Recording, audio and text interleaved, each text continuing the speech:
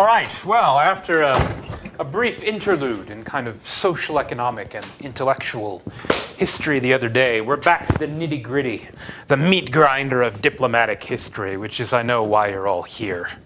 Well, those of you who are IR majors anyway.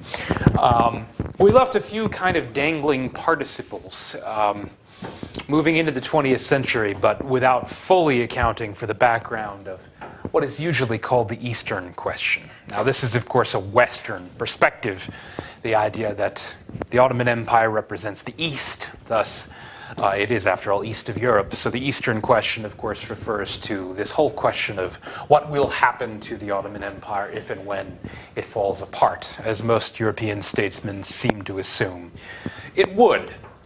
Now, of course, the Ottoman Empire had received something like a second lease on life, as we saw in the Crimean War, in part because Britain and France took the Ottoman side, because Russia's war effort bogged down, in part because of poor logistics, communications, etc. The Ottomans were more or less welcomed into the so-called Concert of Europe at a time, as I said, when, of course, the Concert of Europe was no longer really very significant. That is to say, it no longer meant as much as it did because there was no longer basic agreement on the key questions. The major diplomatic revolution of the Crimean War, as I emphasized, was the split between Austria and Russia, which, of course, opened up what we in English call a can of worms or a Pandora's box in the Balkans.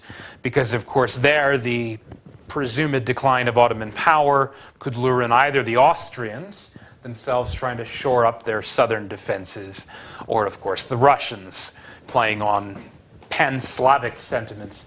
It's, I think, sometimes exaggerated, this whole phenomenon of pan-Slavism. That is the notion that the Slavic peoples, like the Serbs and the Bulgars, the Macedonians, even by some reckoning, the Greeks could be included in this as Orthodox people, even if not necessarily Slavs. That is the notion that there was a kind of Russian purpose to protect and help out these peoples, whether it was earlier the Greeks, then the Serbs, then, of course, the Bulgars, as we will see in the Russo-Ottoman War of 1877. Well, so that was a factor in politics. But from the perspective of Europe, the whole problem was how to keep the peace. That is, how do you keep the great powers from going to war with one another whenever some kind of crisis happens in the Ottoman Empire?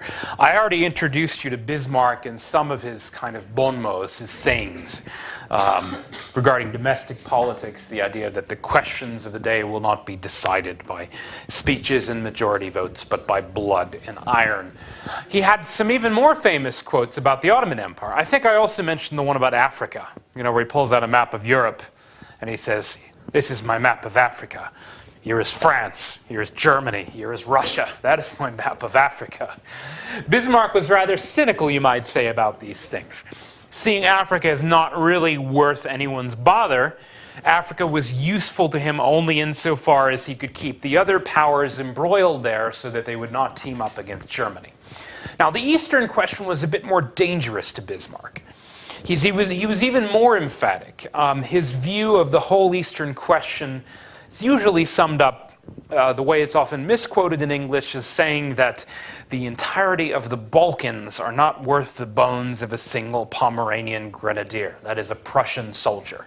It's not worth the life of a single Prussian German soldier. Now, what he actually said, and this is in a speech before the Reichstag in December 1876, was that the entirety of the Ottoman Empire, or literally in German, den ganzen Orient, and Orient was shorthand, essentially, for Ottoman Turkey in the Middle East, was not worth the bones of a Prussian soldier. Now, Bismarck's contempt for the Ottoman Empire is sometimes exaggerated. What he really meant was he did not want Germany to go to war over it. He also didn't want the other powers to go to war over it. Now, the whole playing out of the Balkan crisis from roughly 1875 to 78 is worth examining in detail, not only because some of the even greater Bismarck quotes came out of it, but because it kind of prefigures in many respects the diplomatic crises right before and then during, of course, the First World War from 1908 to 1914. Now, as Bismarck said in another one of his quotes, if war ever came to Europe, it would be over, quote, some damn fool thing in the Balkans. Now, I don't think he ever actually said this one. I think this is one of those apocryphal non-quotes. But what he meant was that some seemingly insignificant crisis would eventually draw the other powers in and lead all Europe to go to war with one another. Well, that very nearly happened in 1875-76. The thing which seemed to kind of set the crisis in motion was, I mentioned this before in the context of Egypt and why the British occupied Egypt. Same basic background. You have a financial meltdown. Now, not entirely unlike what happened in France before the revolution, only worse in some ways, because the Ottomans just outright defaulted. It was something like, again, paying quote-unquote 50 cents on the dollar. That is, they stopped paying their bondholders the full amount of what they owed, which of course led to kind of a run on Ottoman paper and what we usually refer to colloquially, even if not literally, as a bankruptcy. The Ottomans from this point on were never really fully sovereign, in part because they had to turn over control of their financial affairs to the Public Debt Administration, sometimes called the Ottoman Public Debt Administration. The actual title of it was French, because most of the bondholders and most of the board members were French. It was called the Caisse de la Dette Ottomane. It actually had a very grand building in Eminönü, rather looking over the city of Istanbul, kind of glowering down on the city. Very much a symbol, that is, of European encroachment. So it wasn't just a matter of the capitulation, special legal privileges, separate post offices. That is, the European subjects were tried in their own consular courts.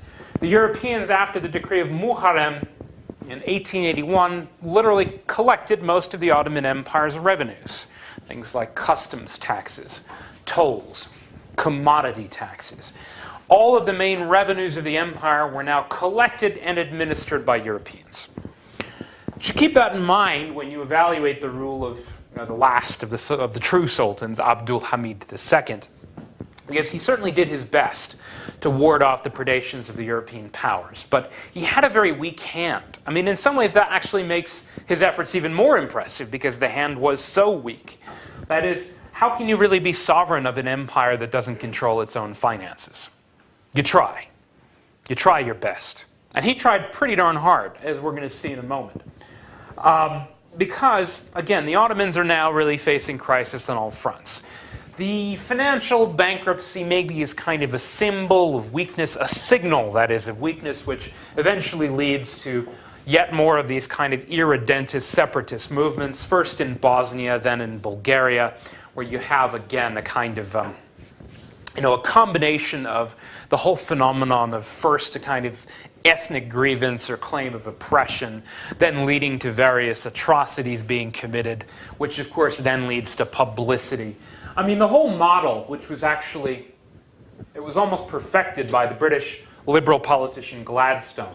You should remember his name, because Gladstone was kind of the patron saint of the liberals in the 19th century. And Gladstone's whole view of things, there are some different theories about this as to why he was so weirdly pro-Russian and anti-Turkish, which turned out to be kind of the philosophy of the British liberals. Some of it, supposedly he had a Russian mistress, so I don't know if that had something to do with it. But basically what it came down to was this. The idea, this was true even in internal British politics, where Gladstone famously split the liberals apart by backing Irish home rule, that is, kind of autonomy for the Irish.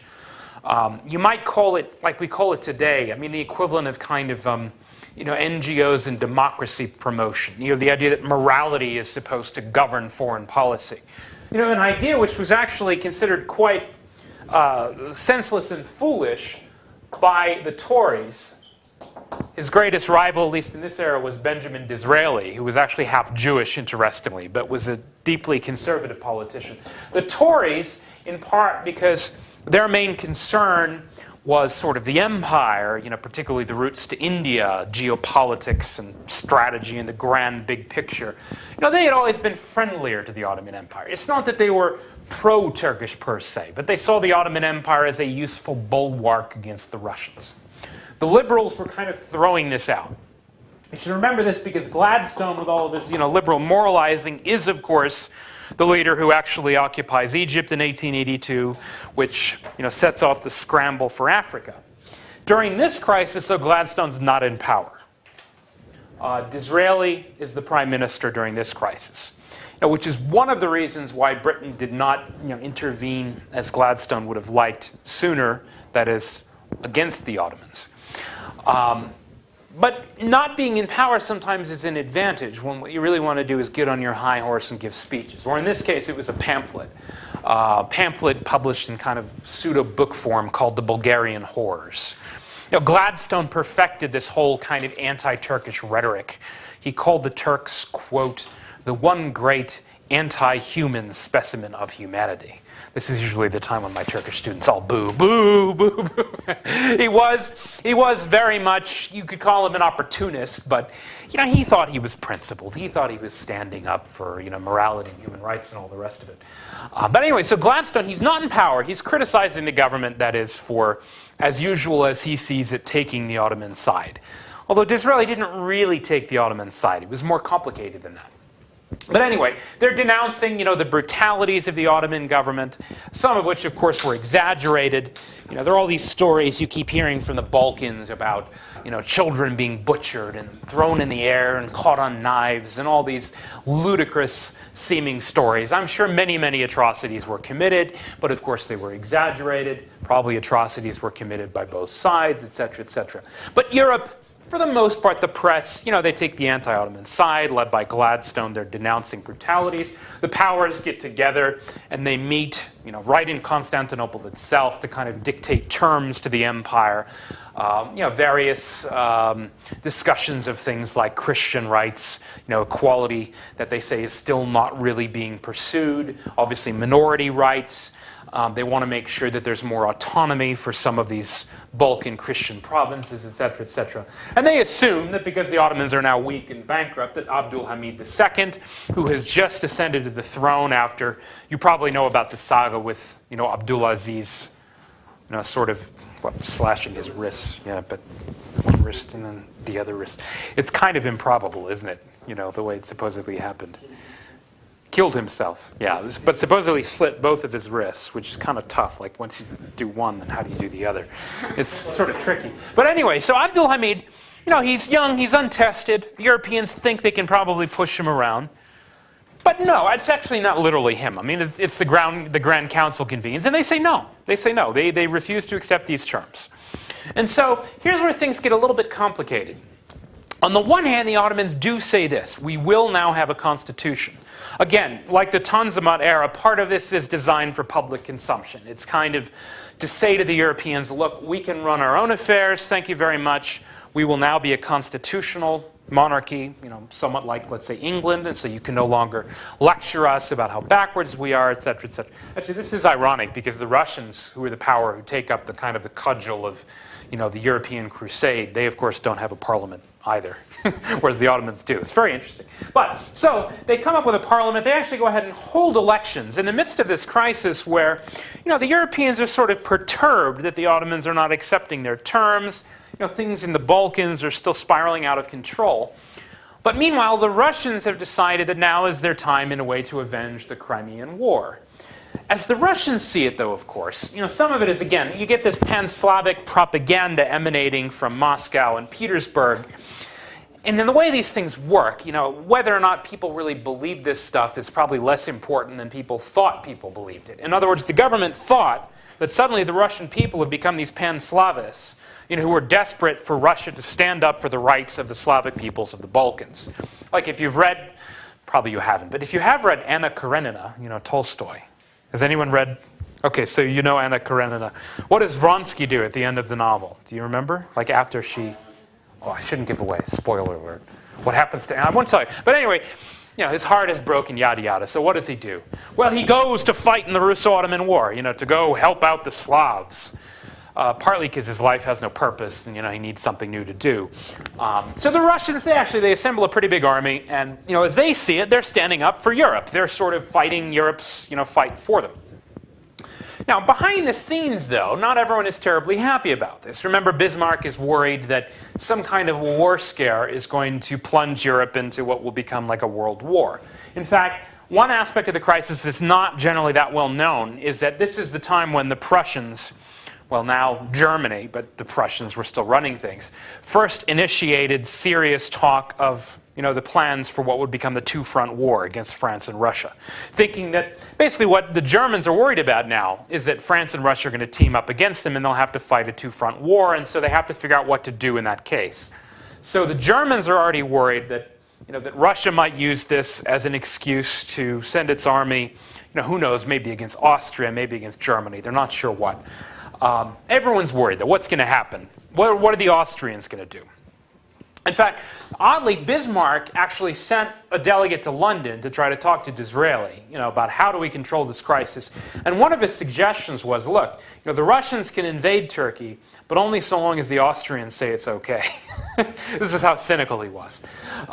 He had no stake in the matter himself. But anyway, so the Russians finally do intervene. They more or less get the permission, kind of the other powers. But the other powers, again, it's not that they're happy about it. They just don't want to oppose Russia. The Austrians certainly don't want to fight a war, and the Austrians think maybe they can get something out of it. In fact, the Austrians basically cut a deal with the Russians so that they will eventually get Bosnia-Herzegovina, the territory you call Bosnia-Herzegovina. But anyway, you know the territory I'm talking about. The famous controversial territory that's going to figure in all these crises to come. In fact, they pretty much agree on this before Russia invades. Their idea is like, look, you can invade Turkey so long as we get Bosnia-Herzegovina. That's a good deal for Austria. As Bismarck later put it, when at the Congress of Berlin, when Austria demands Bosnia-Herzegovina after having not done anything. Anyway, Bismarck, this is my favorite Bismarck quote of all. He says, I'm going to write this word on the board so that you know what I'm talking about. I forget the Turkish word, but this is a bird. The pigeon. You know it? Güvercin. Okay, so we'll call it güvercin. So he says, and I quote, I have heard of people refusing to eat their güvercin unless it has already been shot and then roasted for them. But I have not heard of people who refuse to eat it until it has been shot, roasted for them, and shoved down their throat. That's what he meant about Austria demanding Bosnia-Herzegovina. That is, after Russia has fought this war to weaken Turkey and carve up Ottoman Europe. But so anyway, the Russians fight the war. Right actually against the backdrop. I mean, they're mobilizing right as Turkey's holding these elections. It's all very dramatic. They actually had to wait, though, until April, basically, because it had to do with the Danube River, and the Danube River, basically flooding a little bit later than it normally did. It wasn't as easy as everyone thought. Everyone thought the Russians were going to be pretty easy. Famously, of course, the siege of Plevna. The Russians take, I guess, 6 months to finally, pierce through the Ottoman lines. But once this is basically their way through the Balkan range, the Balkanlar, the Balkan mountains. Once they're through the Balkans, the Ottomans are pretty much demoralized. Although it took them a while to make it through. The other thing that they do is that it's actually in December of 1877. The Ottomans are partly demoralized, but they also partly think the Russians are not going to bother sending an army through the Balkan mountains in winter. Now, what with the snows and all. But they actually did, and they actually surprised everyone. This was the one really, I think, great achievement of the Russian campaign was getting their whole army through the snows of the Balkan mountains, almost in the height of winter in December and January. So meanwhile, by February of 1878, the Russians have now materialized at San Stefano, Yeşilköy, as we call it today, which, as some of you may know, if you're from Istanbul, is roughly where the airport is. That's how close they were to the city. They're actually camped out at Yeşilköy. Now, that said, it seems like they're about to take the city. Military historians who've looked into the matter and they've seen the files show that the army was in no condition to fight by this point. They were exhausted from the campaign, suffering from dysentery and typhus and all the rest of it. They probably would not really have been able to march into the city. Although, interestingly, they nearly got the orders to do so. The Tsar actually issued orders that if the British Navy, if the British actually landed troops ashore in Constantinople, that is, in Istanbul, the Russian army would occupy the city, supposedly. The British, of course, never did land troops, so in the end that didn't happen. Britain, of course, has finally gotten its act together, and they send their navy to what we call the Dardanelles, what you call, I guess, basically Çanakkale. So the British have intervened somewhat belatedly, but essentially to kind of like lay down the law to the Russians, you will not enter Constantinople. It's a British threat. By that point, the Ottoman army was not in much of a great condition to fight. That said, as I said, the Russians weren't really in much of a condition to fight either, so it was a little bit like a kind of a phony controversy. Probably the Russians couldn't have kept fighting, but they pretended like they could, and they dictate peace terms. The so-called San Stefano Treaty, which led to the creation of this rather large Bulgarian puppet state of the Russians, which would have included much of Trachea. So anyway, the Russians dictate terms. But then, of course, the powers decide they don't like these terms. The Austrians don't like them. The British don't like them. The French aren't really paying that close attention, but they don't like them either. And so they get together for the famous Congress of Berlin, or as I like to call it, the Bismarck Show. Where Bismarck, because of Germany kind of has prestige now, because of unification. They're sort of like the great new power, and Bismarck is the greatest statesman. So everyone goes to Berlin to have the mastermind, Bismarck supposedly hash out a treaty. A couple good quotes from this conference, because I know you know that I love Bismarck quotes. This is, I already told you the one about the Gouvergy. The other one was, supposedly at some point during the conference, there was this dog yapping. And everyone kind of got a little distracted, and they tried to get the dog to shut up. And Bismarck said, "But you see, the dog does not know whom to bite. If he did, he would have bitten the Turks." Now, the idea being that the whole thing was kind of staged, obviously, at Turkey's expense. The powers get together and decide what parts of Turkey they're going to carve up. That's one way of looking at it. And certainly the Ottomans could not have been completely happy with the Treaty of Berlin, which resulted. However, Bismarck did hammer out certain compromises which were to the Ottoman advantage. The most important of which was, of course, breaking up the San Stefano, the big Bulgaria, into two parts, of which Eastern Rumeli or Rumelia was, again, reverted to the Ottoman Empire to formal Ottoman control. The Russians did gain Kars, Ardahan, and Batum, or as the Turks later referred to them longingly, Elviye Selassie. So these territories, these become almost like Turkey's version of Alsace-Lorraine, the area France lost to Prussia, the thing that they want back. The Russians, they also made gains in kind of the Danube Delta and Bessarabia, but these were probably more important.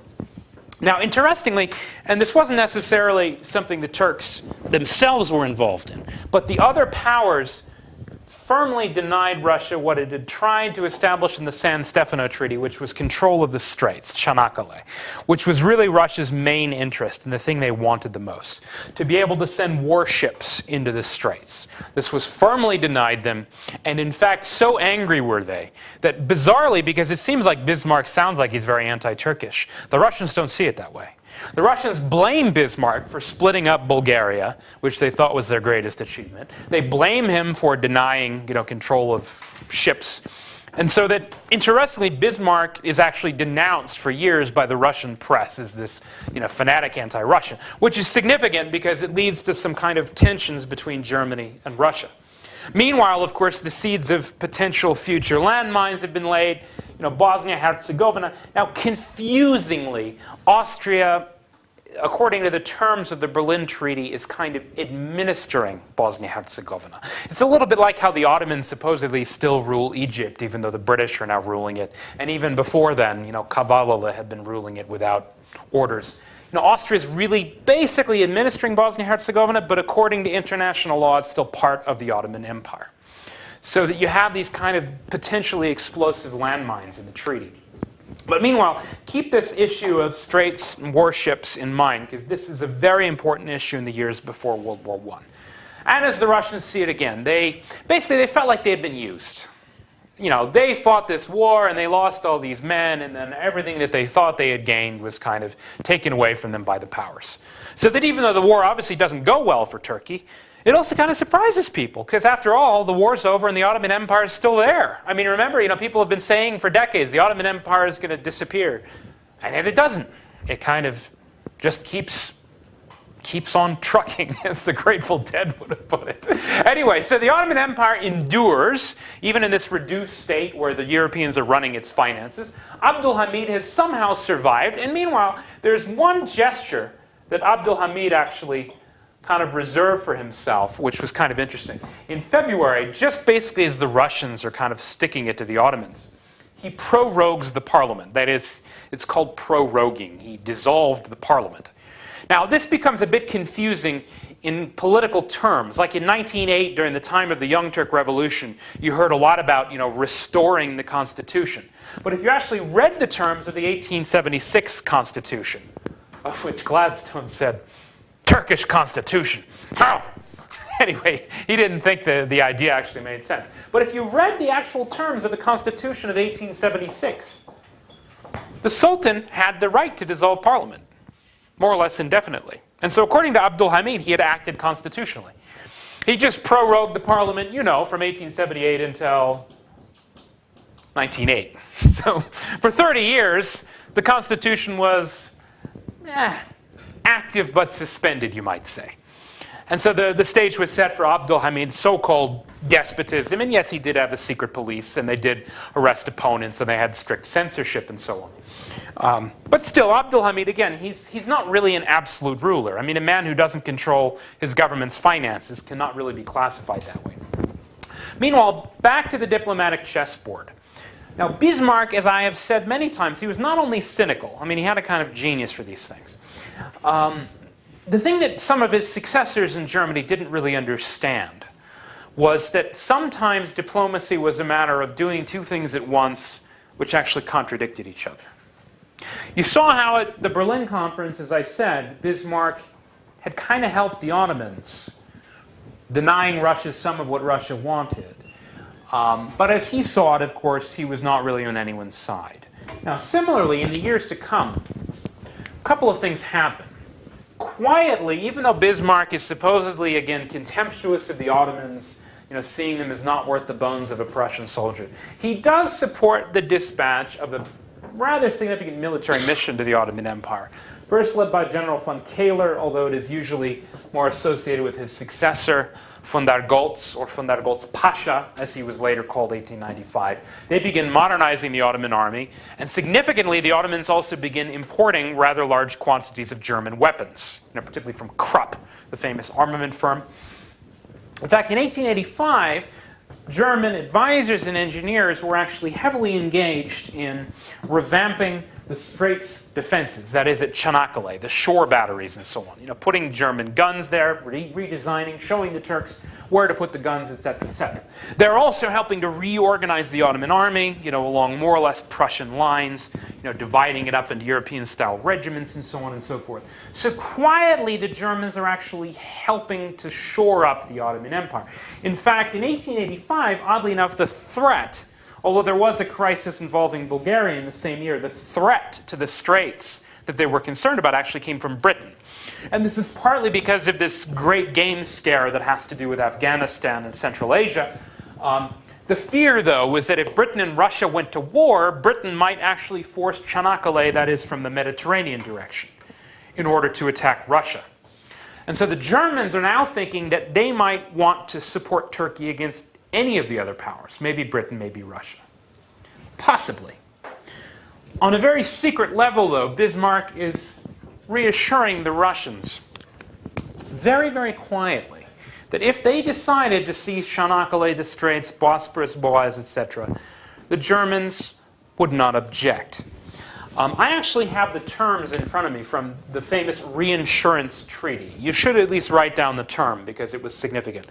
Treaty of 1877, even 1887. Even though it only lasted 3 years, it was kind of the height, the essence, the apogee of Bismarckian diplomacy.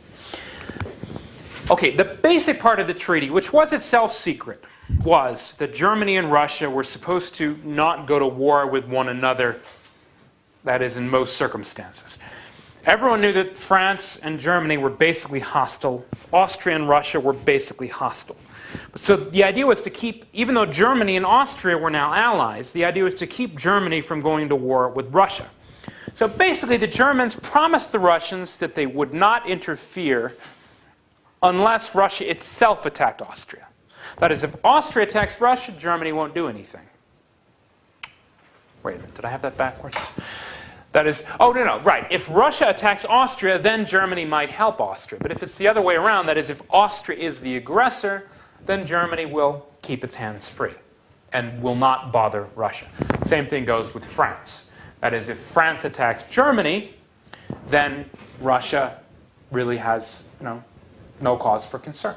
Whereas if Germany attacks France, then Russia might consider coming to France's aid. There was a secret clause, an even more secret clause, which was a lot more significant. The Germans promised that they would stay neutral in case the Russian Tsar, quote, judged it necessary to dispatch a Russian fleet to protect the entrance to the Black Sea, that is the Bosporus, and thus safeguard Russia's interests. Okay, so on the one hand, Bismarck is helping to shore up the Ottoman Empire, revamp its defenses against the Russians. On the other hand, he's promising the Russians that if they decide to conquer the Ottoman Empire, he won't interfere. Even though there are German officers who are helping the Turks actually mount their Straits defenses. So, it's an interesting question, like which was the real Bismarck? Was he, well, he was obviously a bit cynical.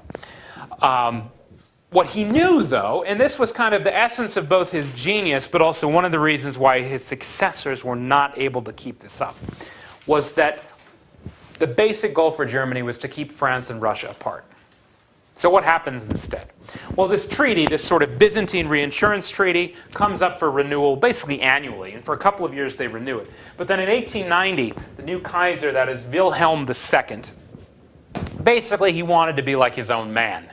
And he's like 30 years old. This guy Bismarck, he's already like in his 80s. And Bismarck, you imagine this. Like, okay, sure, he's the Kaiser, he's the emperor. But on the other hand, he's this little pipsqueak upstart. And Bismarck is like the great genius who's been around for decades. So the Kaiser doesn't like Bismarck telling him what to do. And so the Kaiser fires him. Now, there were domestic issues, too. Bismarck, as I mentioned the other day, had banned the Socialist Party in Germany. So the Kaiser, at least temporarily, he wanted to be nicer to the socialists. He later changed his mind about that because he thought they were all Jewish. But anyway, so the Kaiser sacks Bismarck in order to kind of put his new stamp on German foreign policy. And immediately the reinsurance treaty is allowed to lapse. That is, it dies. The Russians come to Berlin, they ask Germany to renew it, and the Germans say no. Just basically 4 years later, in 1894, although it actually happened from 1892 to 1894, discussions, the Franco-Russian alliance is sealed. So it really only took several years for all of Bismarck's handiwork to be undone just like that. France and Russia are now military allies with the alliance directed against Germany. Why? Basically because the Kaiser somewhat foolishly allowed the reinsurance treaty to lapse. The other thing the Kaiser had done, very ostentatiously, is he made a state visit to Constantinople, that is to Istanbul. This is way back in 1889.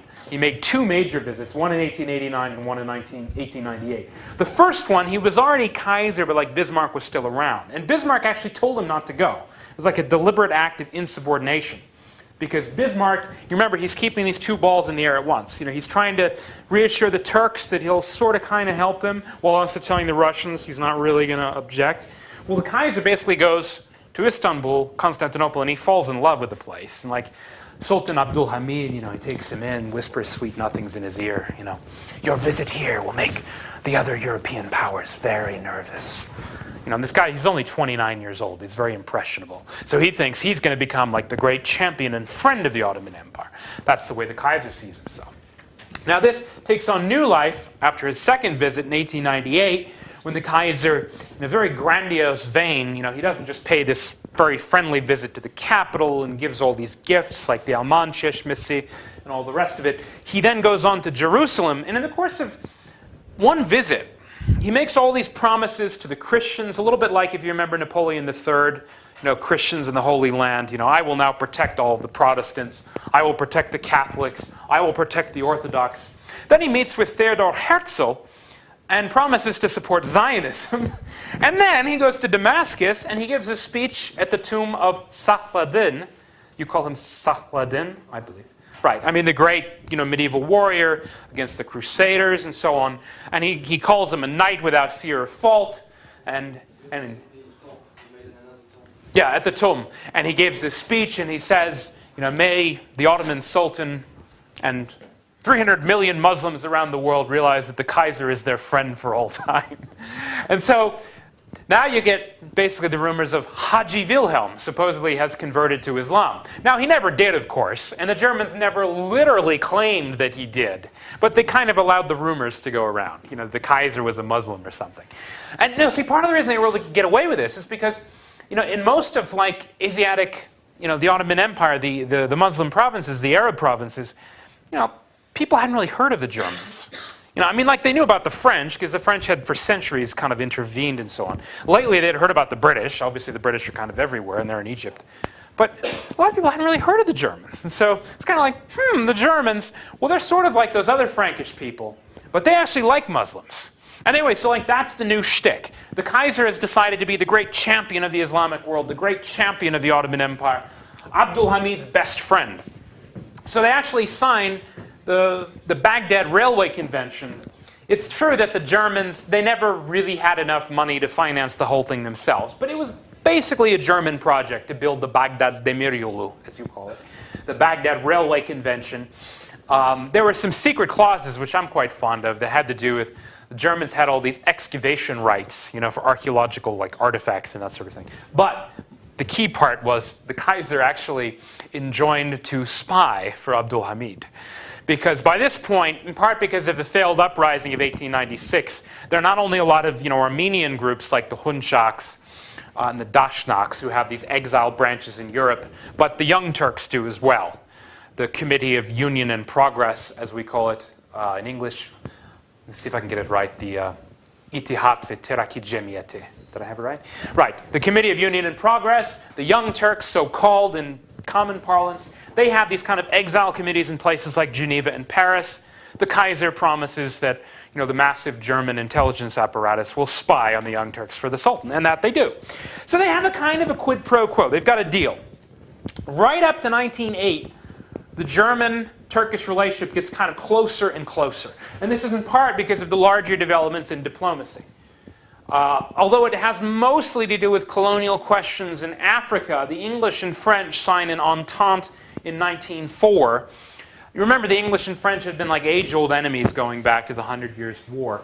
It's not that they fully trust one another. And in fact, although there were clauses for military collaboration, at least on the staff level, they were never revealed to the public. In fact, they weren't even revealed to the cabinet. Like right up to 1914, most members of the British cabinet did not actually know that Britain and France had contingency plans to support each other in the case of war. Britain was always kind of a bit arrogant and aloof. They didn't really do alliances per se. But they had an entente, a kind of agreement with France. And then the other one, which was even less of an alliance, but which was still significant, was the Anglo-Russian Accord of 1907.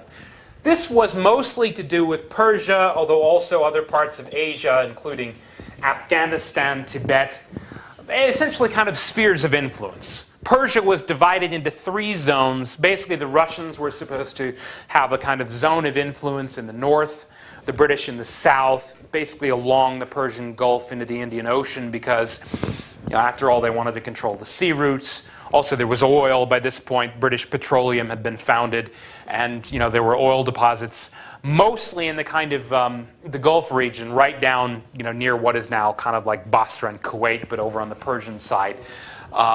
The Karun River region, Abadan. So the British, they've got oil interests, they have kind of communications interests. The middle zone, including Tehran, the capital, was supposed to be neutral. Obviously, they didn't ask the Persians about this. It was just kind of an agreement between London and Petersburg. Now the thing is, it would be a big exaggeration to say that there was an Anglo-French-Russian alliance already. The English and Russians didn't really trust each other. I mean, they too had been kind of almost enemies going back, if you remember, 100 years, the great game business. And in fact, if it had been up to the British and the Russians in Persia and in India and Asia, they all hated each other, and they didn't really go along with this. This was rather a decision made in London because the British were increasingly concerned about the German threat strategically. Also because the Germans were now building a deep water navy, which was really, really stupid. That was like the dumbest thing the Germans ever did. I mean, they literally did it such that, they're building all of these battleships in the Baltic Sea. And they built them such that they had enough coal only to go a couple of 100 miles. In other words, so that all that they could do was go and attack the British. And then they told the British, oh, this isn't actually directed at you. It was incredibly stupid. They wasted lots of money on it. They got nothing from it. In fact, most of those battleships just stood in harbor during the whole First World War until in 1918 they told these sailors, let's go do something. Let's go commit suicide against the British. Die a glorious death. Naturally, the sailors didn't see it that way. They mutinied, and that brought down the German Empire. But anyway, so the naval buildup in Germany alarms the English, so the English decide they need to have some kind of an agreement with the Russians. Also, the French are pushing for this, because the French, remember, are very close to the Russians now. They kind of have an agreement with the English. And so it becomes this key objective of French diplomacy to bring the English and Russians together to the extent that's possible. Again, as I've said, it wasn't really like you had a tripartite entente yet by any military sense. They were not formal alliances. However, they were public, and so people were now worried. The Germans were feeling like they were surrounded, and of course the Ottoman Empire was feeling like it desperately needed allies. Particularly because remember, like a big part of Ottoman diplomacy in the 19th century was using one power against the other, and it was mostly a matter of using like Britain against Russia, right? Or vice versa. It was mostly a matter of having British fears of Russia mean that the British Navy would come in and intervene as they did in 1878. Now that's probably not possible. Britain and Russia are starting to work together. And so the years between this, like 1906 to about 1908, were in some ways the peak of the German-Turkish alliance. I should have mentioned also that part of the background, particularly to the Anglo-Russian Accord, remember how I talked about how the liberals of Gladstone tended to be pro-Russian and anti-Turkish? Well, the liberals won a huge landslide election in 1905. You should remember this because right up into, and then for the first part of the First World War, it is the liberals who were in power in Britain. That's very important because had the Tories been in power in 1914, or even really 1907, probably Britain would not have gone to war in basically alliance with the Russians. The Tories had always been very wary, if not hostile, to Russia. The Liberals, though, are in power from 1905 to 1914. The new government, the key figures are Asquith, he's the Prime Minister, Sir Edward Grey, the Foreign Minister. Eventually, actually, Churchill becomes important. He'll be the First Lord of the Admiralty. For now, though, just remember Grey's name, because he's the Foreign Minister, and we'll encounter his name again and again. Okay, so back to the kind of diplomatic situation then. You know, you're having a closer relationship now between England and Russia. The Turks are worried, the Germans are worried, so they sign a new and almost pseudo-final Baghdad Railway Convention in 1908, actually in June of 1908, to kind of speed up construction on the railway. The Germans, by this point, they've got railway engineers all over the Toros Mountains, the Amanus Mountains. It looks like, things, this is actually when they built Haydarpaşa, incidentally. It was finished in 1908. Things are looking good for the kind of, the Abdülhamid Kaiser Wilhelm II partnership. And then, of course, it all goes up in smoke with the Young Turk Revolution. Now, background to the Young Turk Revolution, briefly. I don't think you could. Do you call it devrim in Turkish textbooks? Do you call it revolution? Devrim, you do. Okay. Because, it's the literature on it, it's a bit confusing. I mean, on the one hand, you have these exile groups in Europe, and many of them are very, very liberal. On the other hand, you have the officer societies in Macedonia, which are in some ways really the real authors of the revolution, because it was, after all, it was the army. It was the army in Macedonia that brought it about. On the other hand, how much of a revolution was it exactly? You remember how I told about how the Constitution gave the Sultan the right to dissolve Parliament? So that on the one hand, this revolution is supposedly restoring the Constitution. On the other hand, the Sultan has said all along that, after all, the Constitution was never suspended. All the Sultan really does in practical terms, faced with this mutiny in the army in Macedonia and the threat that the army is going to march on the capital, is to call for new elections. That's all that he really did in actual policy terms. And in fact, the better research on what was actually going on in July on the streets where there were major demonstrations and so on, is that they were actually saying, Padashim çok yaşa. So, yeah, so there you, did I pronounce it wrong? Padashim çok yaşa, right? Close enough. Well, anyway, so long live the Sultan, right? It's kind of an anti-Abdul Hamid revolt, but kind of not. It's sort of a restoration of the Constitution, but sort of not. There are a lot of different ways of interpreting it. Because another thing, if you looked at the Constitution of 1876 very closely, it actually spoke of a restoration of Sharia law. Because in some ways, it was a reaction to the Tanzimat era of excessive liberalism. So that a lot of people saw the restoration of the Constitution as a conservative thing, particularly your typical imam. So that this is part of the background, to what will become eventually, you know it as the 31 Mart vakası. The 13 April 1909, I suppose you might call it a counter-revolution, followed by a counter-counter-revolution, that is when the Young Turks seized power again. But meanwhile, part of the thing about the Young Turk Revolution is that it disrupted European diplomacy. And it disrupted particularly Ottoman diplomacy. Initially, like a lot of revolutions, there's sort of this initial euphoria. Everyone's together. The Sultan's on our side. New elections. The Young Turks are in power. Religious equality, women's rights, all the rest of it. Everyone's talking about all these things. But then, because of the distraction or the weakness, you get these events. The Tsar, as he calls himself, actually, Tsar Ferdinand. This is when he declares himself a czar. Now, this is Bulgaria. The background is supposedly Abdul Hamid, had invited in, various, ambassadors and so on, but he didn't invite the Bulgarian. The idea being Bulgaria is not an independent country. Now, part of Bulgaria was independent, part was not. And this was taken as a calculated insult by the Bulgarians or something. And so he just declared himself, I am now the Tsar of Bulgaria. In other words, Bulgaria, including Eastern Rumeli, is fully independent. It's like a great big, screw you to the Ottomans. And then the Austrians decide, hey, well, if Bulgaria is going to be fully independent, well, then we're going to take over Bosnia-Herzegovina. Now, again, it's semantics. Austria already controls Bosnia-Herzegovina, but they have not declared it a part of Austria-Hungary. So now they do.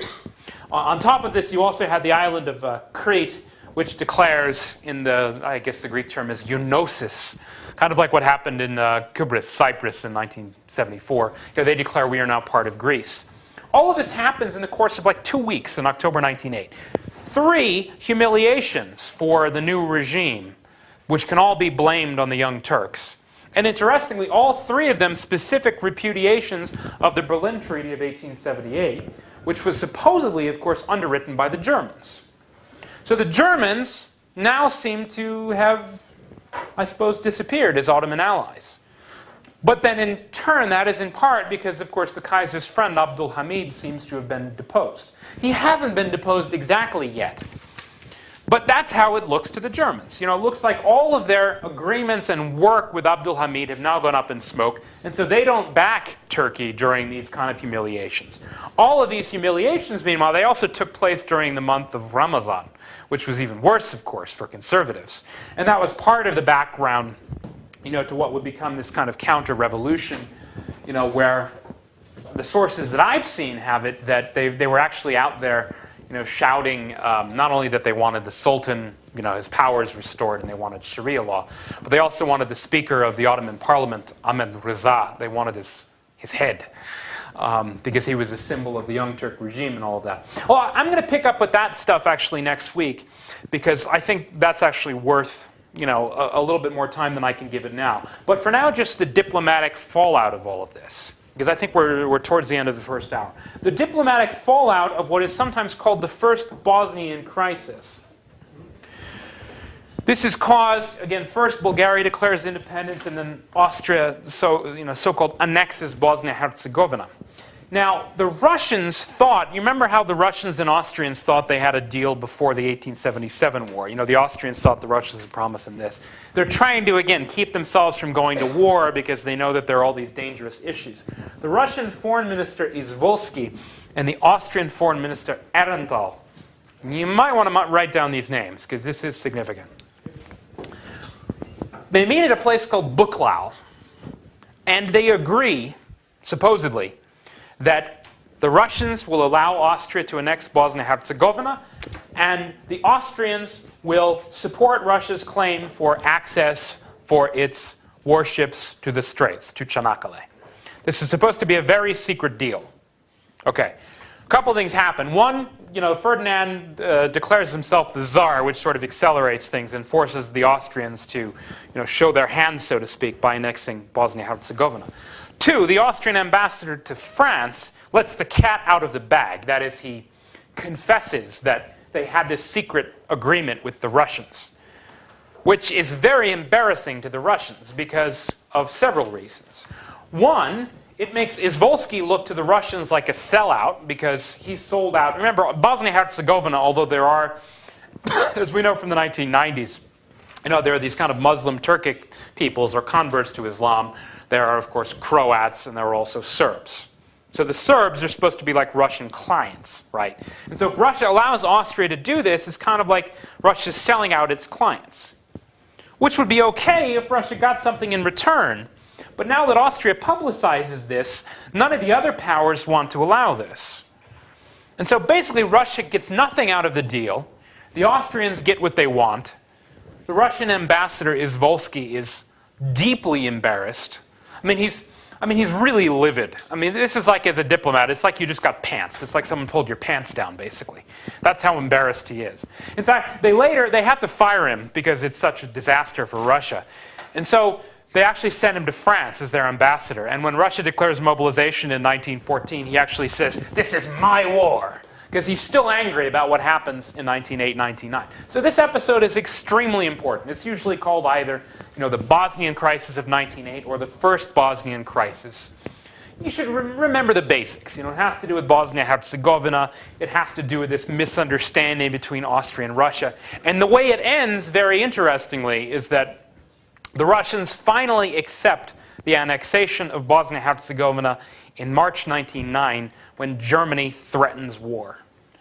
And Russia, because of its revolution of 1905, which I mentioned the other day, is kind of in no fit state to mobilize or fight, and so the Russians have to go along with it. But they smart and they seethe. They are angry. They are embarrassed and humiliated.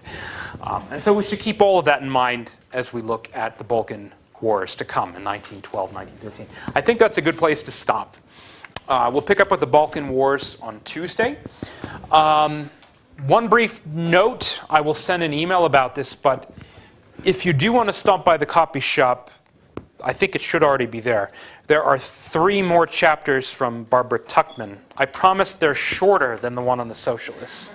They are much shorter. But they're all very good. The writing is exquisite. And she uses small words, which is good, I think. It's not only good poetically, but I think also she's not trying to use fancy words. The language is simple. So I think you should be able to follow it pretty well.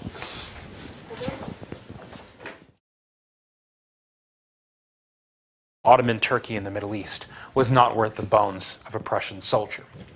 Now, Bismarck's contempt for the Ottoman Empire is sometimes exaggerated. What he really meant was he did not want Germany to go to war over it. He also didn't want the other powers to go to war over it. Now, the whole playing out of the Balkan crisis from roughly 1875 to 78 is worth examining in detail, not only because some of the even greater Bismarck quotes came out of it, but because it kind of prefigures in many respects the diplomatic crises right before and then during, of course, the First World War from 1908 to 1914.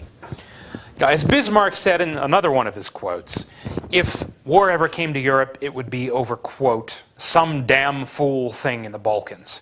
Now, I don't think he ever actually said this one. I think this is one of those apocryphal non-quotes.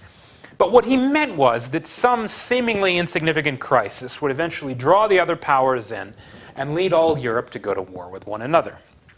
Well, that very nearly happened in 1875-76.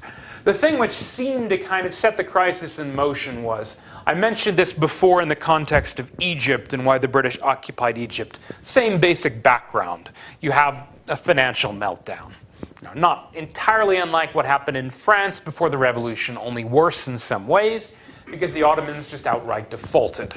It was something like, again, paying quote-unquote 50 cents on the dollar. That is, they stopped paying their bondholders the full amount of what they owed, which of course led to kind of a run on Ottoman paper and what we usually refer to colloquially, even if not literally, as a bankruptcy. The Ottomans from this point on were never really fully sovereign, in part because they had to turn over control of their financial affairs to the Public Debt Administration, sometimes called the Ottoman Public Debt Administration. The actual title of it was French, because most of the bondholders and most of the board members were French. It was called the Caisse de la Dette Ottomane. It actually had a very grand building in Eminönü, rather looking over the city of Istanbul, kind of glowering down on the city. Very much a symbol, that is, of European encroachment. So it wasn't just a matter of the capitulation, special legal privileges, separate post offices. That is, the European subjects were tried in their own consular courts. The Europeans, after the decree of Muharrem in 1881, literally collected most of the Ottoman Empire's revenues. Things like customs taxes, tolls, commodity taxes. All of the main revenues of the empire were now collected and administered by Europeans. You should keep that in mind when you evaluate the third of Europe was no longer really very significant. That is to say, it no longer meant as much as it did because there was no longer basic agreement on the key questions. The major diplomatic revolution of the Crimean War, as I emphasized, was the split between Austria and Russia, which, of course, opened up what we in English call a can of worms or a Pandora's box in the Balkans. Because, of course, there the presumed decline of Ottoman power could lure in either the Austrians, themselves trying to shore up their southern defenses, or, of course, the Russians playing on pan-Slavic sentiments. It's, I think, sometimes exaggerated, this whole phenomenon of pan-Slavism. That is the notion that the Slavic peoples, like the Serbs and the Bulgars, the Macedonians, even by some reckoning, the Greeks could be included in this as Orthodox people, even if not necessarily Slavs. That is the notion that there was a kind of Russian purpose to protect and help out these peoples, whether it was earlier the Greeks, then the Serbs, then of course the Bulgars, as we will see in the Russo-Ottoman War of 1877. Well, so that was a factor in politics. But from the perspective of Europe, the whole problem was how to keep the peace. That is, how do you keep the great powers from going to war with one another whenever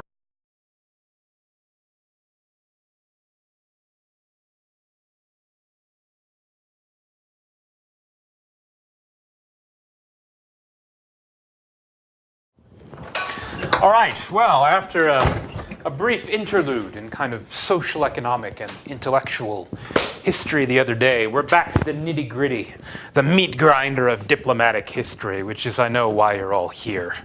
Well, those of you who are IR majors anyway.